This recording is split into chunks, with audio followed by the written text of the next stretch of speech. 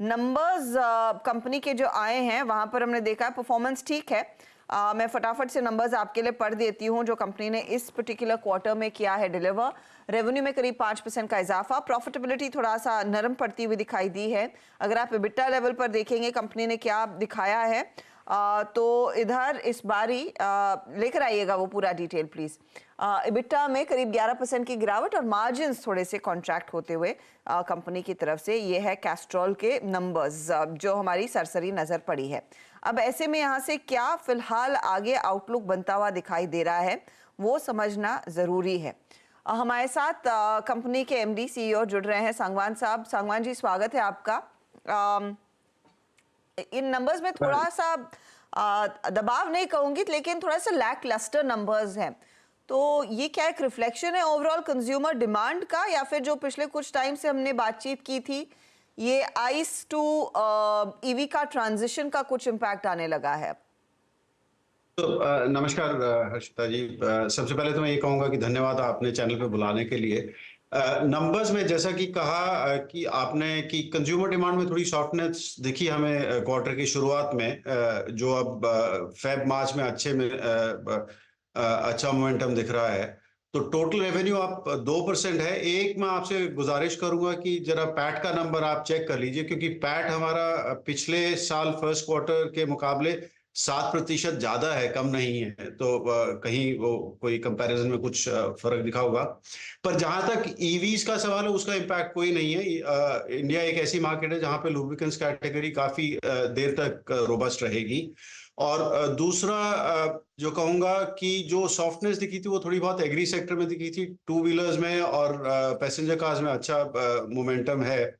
और first quarter में हमने काफी इनिशिएटिव भी लिए, जैसे कि हमने शाहरुख खान जी को अपने ब्रांड एम्बेसडर साइन किया है कि एक परफॉर्मेंस इमेज जो एक्सीलेंस की इमेज है उस पे हम और आगे अपने कंज्यूमर्स को अच्छे प्रोडक्ट्स लॉन्च कर सकें और ब्रांड एम्बेसडर के सहारे वो उन तक कम्युनिकेट कर सकें। और अच्छे कई प्रोग्राम हमने, जैसे प्रगति की पाठशाला ट्रक ड्राइवर्स के लिए,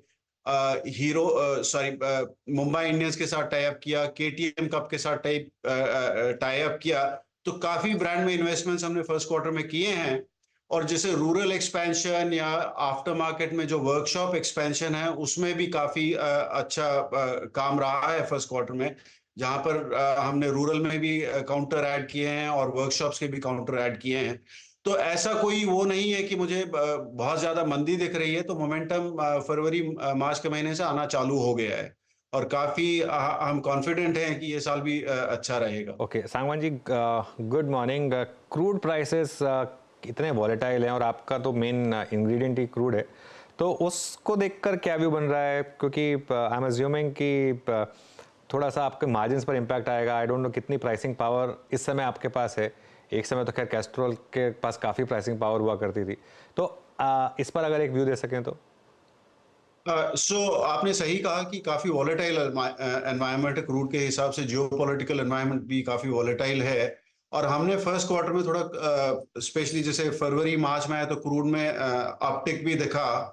और जहां तक कैस्ट्रॉल के मार्जिन्स का सवाल है और प्राइसिंग पावर का सवाल है, हमारी प्राइसिंग पावर अब भी अच्छी है। हमारी एक प्राइसिंग स्ट्रैटेजी है डिपेंडिंग ऑन कि रॉ मटेरियल्स का क्या इनपुट कॉस्ट है, कंपेरेटिव एनवायरनमेंट क्या है, कंज्यूमर को क्या वैल्यू दे सकते हैं।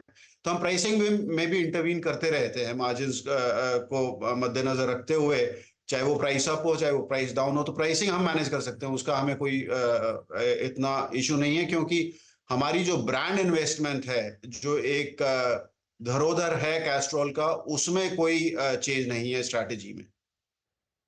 मैं आपसे समझना चाहूंगी क्योंकि आपने कई सारे ऐसे ब्रांडिंग और मार्केटिंग के इनिशिएटिव्स ले लिए हैं, तो यहाँ पर कितना एक्सपेंस बढ़ा है और ये Q1 में ही फिर एडजस्ट हो जाएगा या फिर इसका कुछ फॉलो थ्रू Q2 में भी देखने को मिलेगा? टिपिकली हम एक रेशो में स्पेंड करते हैं जो भी हमारा नेट रेवेन्यू है, ठीक है। तो जो क्वार्टर वाइज इफेक्ट है वो सारा फर्स्ट क्वार्टर में नहीं आएगा, बट ओवरऑल जो हमारी परसेंटेज मार्केटिंग स्पेंड की नेट सेल्स की है वो करीबन 4.5 से 6% मतलब हम अपने ग्रॉस प्रॉफिट का इन्वेस्ट करते हैं और वो करते रहेंगे। तो ऐसा नहीं है कि फर्स्ट क्वार्टर में कोई बहुत ज्यादा एक्सपेंस है, अगले क्वार्टर में बहुत ज्यादा एक्सपेंस आएगा। It will be evenly spread, but we are looking forward to कि जो शाहरुख खान जी के साथ जो हमारा कैंपेन है वो सेकेंड हाफ में लॉन्च होगा, तो उसका भी हम बेसब्री से इंतजार कर रहे हैं। Okay. अच्छा सांगवान साहब, एक चीज़ करीब 3-4 साल पहले एक लोगों का व्यू बना था कि क्या कैस्ट्रॉल के बिजनेस मॉडल पर ये एक सवाल है, क्योंकि धीरे धीरे लोग अब ईवीज की तरफ बढ़ेंगे। अब आप बताइए कि क्या ईवीज में भी आपके प्रोडक्ट्स हैं और क्या वहाँ पर आप अपने आप को फिर डाइवर्सिफाई कर पाएंगे?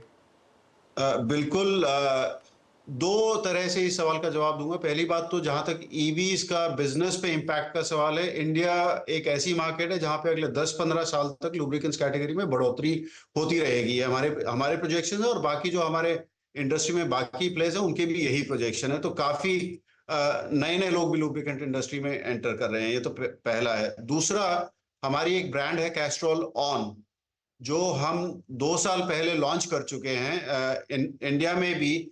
और हम इंडिया में जो ईवी मैन्युफैक्चरर्स, जो पैसेंजर कार्स में 2 बड़े ईवी मैन्युफैक्चरर्स हैं, दोनों को हम अपने ईवी फ्लूइड सप्लाई करते हैं। तो ईवी फ्लूइड के लिए हम पूरी तरह तैयार हैं। मार्केट पे क्या इम्पैक्ट होगा, बिजनेस पे क्या इम्पैक्ट होगा, हिंदुस्तान में अभी भी अगले 10-15 साल तक लुब्रिकेंट्स में अच्छा रनवे है ग्रोथ के लिए। और हम डाइवर्सिफिकेशन में 2-3 चीजों में और जा चुके हैं।